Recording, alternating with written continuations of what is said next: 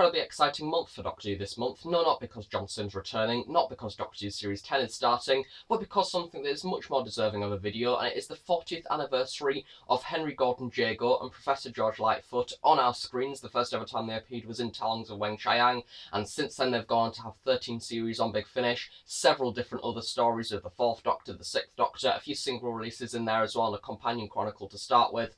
It is, of course, the 40th anniversary of the best Doctor Who spin-off ever, Jago and Litefoot, and today I'm going to be taking a look at the celebratory short story release that was split up into two acts, Act 1 and Act 2. Act 1 was released last month, Act 2 was released this month, and today I'm going to be taking a look at the whole thing in full because it's incredibly exciting and I can't wait. So just in case you've been living under a rock with this channel recently, Jago and Litefoot is a brilliant spin-off that I think that I compliment a lot when it comes to videos, to say it lightly, but this is the 40th anniversary special that, as I say, has been split up into two parts. It's an unusual release, but I've never taken a look at some short trips on this channel before. It is a line that goes on and I've never really delved into them. However, when Jago and Litefoot end up getting the short trip, I will be doing exactly that, and that's what I'm doing today, as I'm going to be taking a look at both of the acts that have been put together. They are available on the Big Finish website. I do think they're in fact exclusive to the Big Finish website, and there's no such thing as a physical release for this one. They're just a download one, so both acts are $2.99 each. So you have Act 1 that was available from last month, and then you have Act 2 that's just been released this month, which is once again $2.99. The first episode was written by Jonathan Barnes and directed by Lisa Bauman, and the second act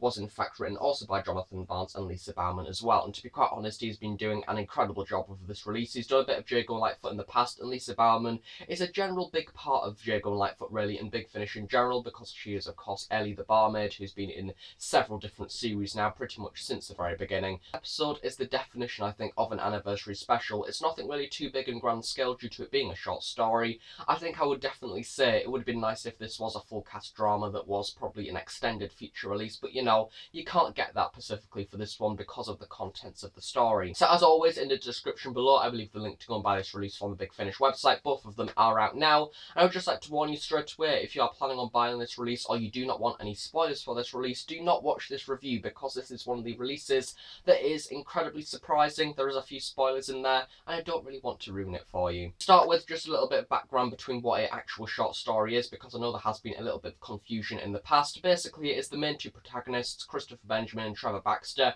recounting an event that has happened in the past, and that is pretty much the idea for the majority of the short trips, I do believe. They are a little bit of a companion chronicle format sort of in a way, because I have one person in there sort of narrating all the different people.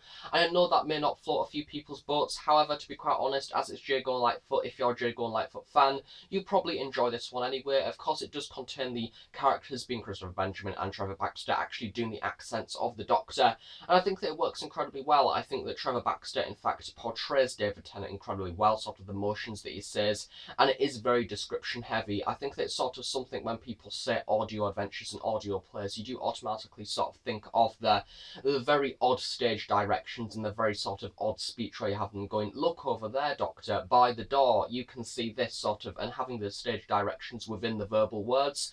However, with this one, it is sort of a little bit more based around that, because we don't really have too much clues as to the stage direction or anything like that, because it is only one person, or two people in this case, saying it. I think it's best we now address the elephant in the room. Of course, this episode does in fact feature the return of the 10th Doctor. We do of course have him with Trevor Baxter being Litefoot on this sort of island, the Greek island of Minos, and we have some incredible scenes with him where a very mysterious Doctor is sort of lurking in the background. Meanwhile, Jago is sort of in his theatre, having a little bit of sort of a wander around, because things are going wrong for him basically. All the different acts and things are sort of slowing down, and sort of profits are getting a little bit decreased and things like that. It's not really going too well for him, and he has a little bit of a spider infestation. So Litefoot goes off to this Greek island of Minos because something is happening with this little archaeological dig. Someone that has been in the previous series of Jago and Litefoot. A general presence for the story is basically Litefoot and Jago, both in front of this lecture theatre, from what I can sort of imagine, as they've now got a little bit of a club going on, which does in fact have quite a long name. We have the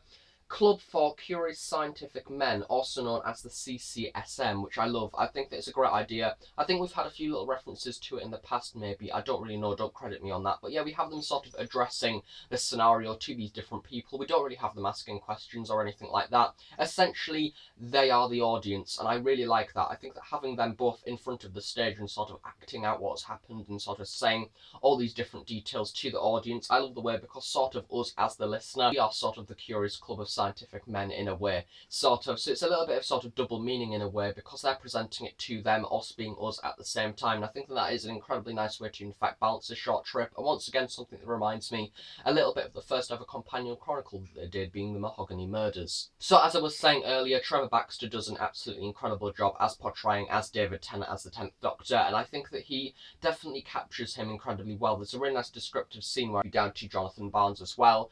I think that the way that it's presented to sort of have him smile, I think how it's said as a nice schoolboy or something like that, and the way that we have sort of this innocent side that is definitely portrayed in the Doctor, it's an interesting way that it has been presented. I think that they definitely balance off each other incredibly well. The way that we have Litefoot on this island getting a little bit bored, so he goes on his own adventure and sees this sort of figure in the distance staring at him, and he describes him as somebody that he thinks he knows, but he has never seen him in his life before, and he almost wants to sort of raise his hand to him and wave. I think that it's definitely a very good way to encounter the Doctor, and I think that's something that's not really been done, or has been briefly touched on in the past, the way that they change, but you still sort of know that it's them, and I think that Lightfoot has that inside him, and he sort of knows that it's still the Doctor. Later find out in Act 2 that this version of the 10th Doctor isn't in fact any version of the 10th Doctor, it is in fact the one from just before he regenerates in the end of time, when he goes through to see all his different companions. He goes back to see Lightfoot, and I think that is an incredibly touching scene to find out. We have this very dramatic moment where we have them pretty much in the centre of the action. We sort of have these gunslinger people that are incredibly mysterious, and all of a sudden we have the Doctor sort of crouching down to the floor on this Greek island and looking sort of almost like he's dead in a way, and we have Lightfoot sort of describing how he looks and almost seeing how that innocence has disappeared in him, and how he sees them almost dead and in pain, and almost he looks like he's aged so much. It seems like Lightfoot is even younger than him to an extent, and we have sort of this very much a juxtaposition, because one minute we're going from how young he is and how innocent he is, and then to this next scene where we have him sort of feeling very dead and very down, and having almost, you can have him pretty much laying dead on the floor. And I think that Jonathan Barnes portrays that incredibly well. I think that the way that you have him sort of crouching down on the floor, it's a very nice sort of descriptive way to in fact bring on a regeneration. I think that it's sort of, put it this way, having a scene like this opens the door to have him going back to seeing other people as well, and other companions in the past. I think that is an incredibly good idea, and I'm surprised that a lot of people haven't thought of that in the past, and I think that is a sort of, is a nice idea to an extent, because why not just go and see sort of the other people in his previous incarnation, go back and see the other ones as well, go back and see, well, he went to see Sarah Jane, but go back and see all his classic companions, and as I say, that leaves the door open for a lot more stuff in the future. But hey, as this is Jago and Lightfoot, we can't just have one new series Doctor meeting Jago and Lightfoot, can we? Because it's of course the best Big Finish spin-off ever. No, they did one better than that, didn't they? And to be quite honest, it's been incredibly kept under wraps incredibly well, and I do need to sort of say about it, because it's a big part of the story. So we have the 10th Doctor in it. We also have the 11th Doctor in this as well. So we have the 10th Doctor with Lightfoot and the 11th Doctor with Jago. And once again, we have Jago portraying the 11th Doctor, being this very young character. And it's very interesting to see that Jago instantly knows it's the Doctor because of the way that he's portrayed. And I think that it's a very interesting scene where we have them in the theatre. He's in fact trying to fight off the spiders. And we have this very interesting scene where we have him sort of reacting to the new sonic screwdriver. And once again, Jonathan Barnes has pictured this incredibly well, of having both of the characters there bouncing off each other.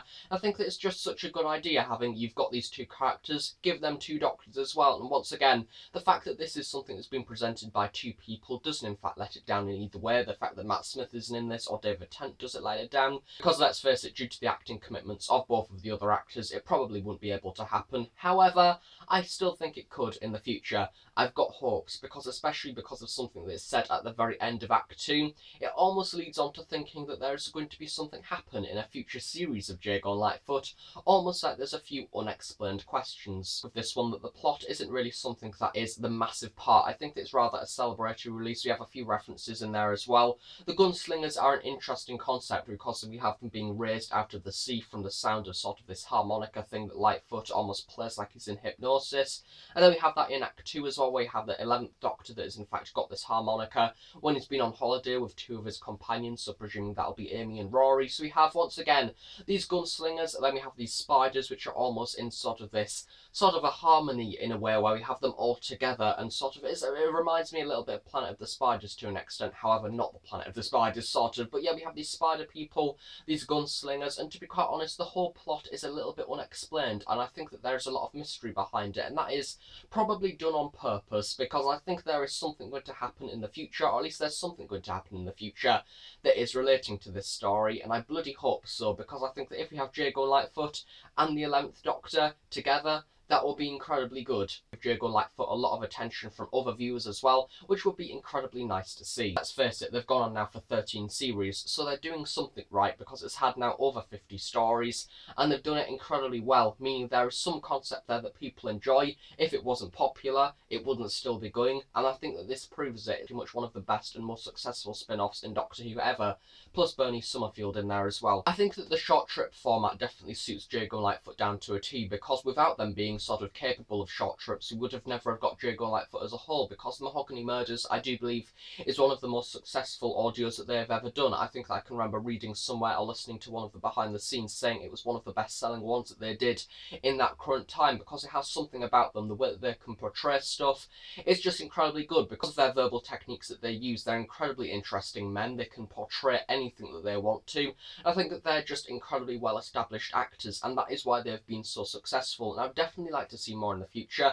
If that maybe means a short trip series with the new series Doctors of Hang the 10th Doctor and the 11th Doctor, I would love to see that, and I'd also love to see a physical version of this, because that is my only major gripe for this release. I think that it's an incredibly nice anniversary special. It's nothing too big, they've not just gone, right, it's massive, we need to bring everything back. We do have a few references here and there. We have a few references to the Scorchies, which is personally one of my favourite episodes ever. I adore it.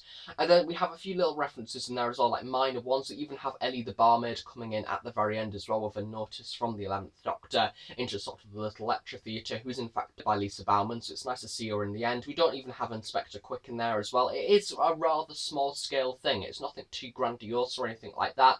I think that that is a way that an anniversary can be portrayed. It doesn't need to be big and spectacular, it's not a series finale or anything like that, and even if it was, it's still a nice toned down release that really nicely sort of respects Jago and Litefoot as a whole. And as I say, my only major gripe is the fact that this is only a digital release, because I would willingly buy both of the acts together in a singular release, just a single CD with some really nice cover art on the front, maybe even the one that we've currently got on the website. However, I want the Jago and Litefoot logo on it. I think that it's incredibly odd that it's marketed as a Doctor Who short trip, but yeah, it would be nice to see the Jago and Litefoot logo on there as well. Basically, I want a CD version so I can sit it on my shelf along with the rest of these, because I think that it's the only ever release that hasn't been done in a physical release for Jago and Litefoot, meaning I want it for completist reasons, because eventually one day I will have them all except that one in physical, probably. So yeah, I need it. Please release it physically. I'm sad. I'm so sad. Also, this release in fact uses the new series theme tunes. At the very beginning we have the 10th Doctor one, and then for Act 2 we have the 11th Doctor one. So this is the first ever time the 11th Doctor has in fact been in Big Finish. We do have a few references here and there to the future, saying there's going to be this 11th Doctor Chronicles box set. However, this is the first ever time, so it is, to be quite honest, a big deal. The 10th Doctor coming back is a big deal as well. So yeah, it's a very big deal thing. It shows very much how important Jago and Litefoot is, I think. But yeah, overall for this release, if you wanted it for both acts, it's just going to be under £6, which is a bloody bargain. So go and buy it. Maybe just buy them singly, £2.99 each. Listen to one. If you like it, buy the rest. But to be quite honest, it is a brilliant release. You don't really need any of the references towards the previous series either, because even though I've said that there's a few references here and there, they're not crucial to the plot in any way. You just sort of need to understand these are Jago and Litefoot. This is what they do. They're infernal investigators, and that is it. But yeah, it's an incredibly exciting release. Incredibly good anniversary idea, and I'm looking forward to see what is to come in the future. And speaking of what's to come, Jago and Litefoot Series 13 is literally just around the corner, and it seems that we're going to have a lot of anniversary stuff in that as well, because we have them going to, I do believe, a parallel universe where we pretty much have the Talongs of Weng Chiang happening again, including an episode based pretty much completely on the giant rat from the Talongs of Weng Chiang. So I can't wait for that. That is going to be an incredibly exciting release to review. I'm more excited for this Jago and Litefoot series and this combined than the whole of Series 10 altogether. I'm hoping I proved wrong, but then again, it's Jago and Litefoot, so it's on a different level to Doctor Who anyway, to be quite honest. But yeah, Go and buy every single release of Jago Litefoot ever. It's amazing. End of review. I'm going to lay it down now, or listen to this again, or maybe start from series 1 and just like sit inside all day and listen to them all, because that'll be nice. Thanks for watching this review. If you enjoyed it, please do give it a big like, please subscribe if you're not already. If you have any questions, please do leave them below and I'll be sure to answer them at some point in the near future. Thanks again for watching, and I'll see you all next time. So thanks for watching and bye for now.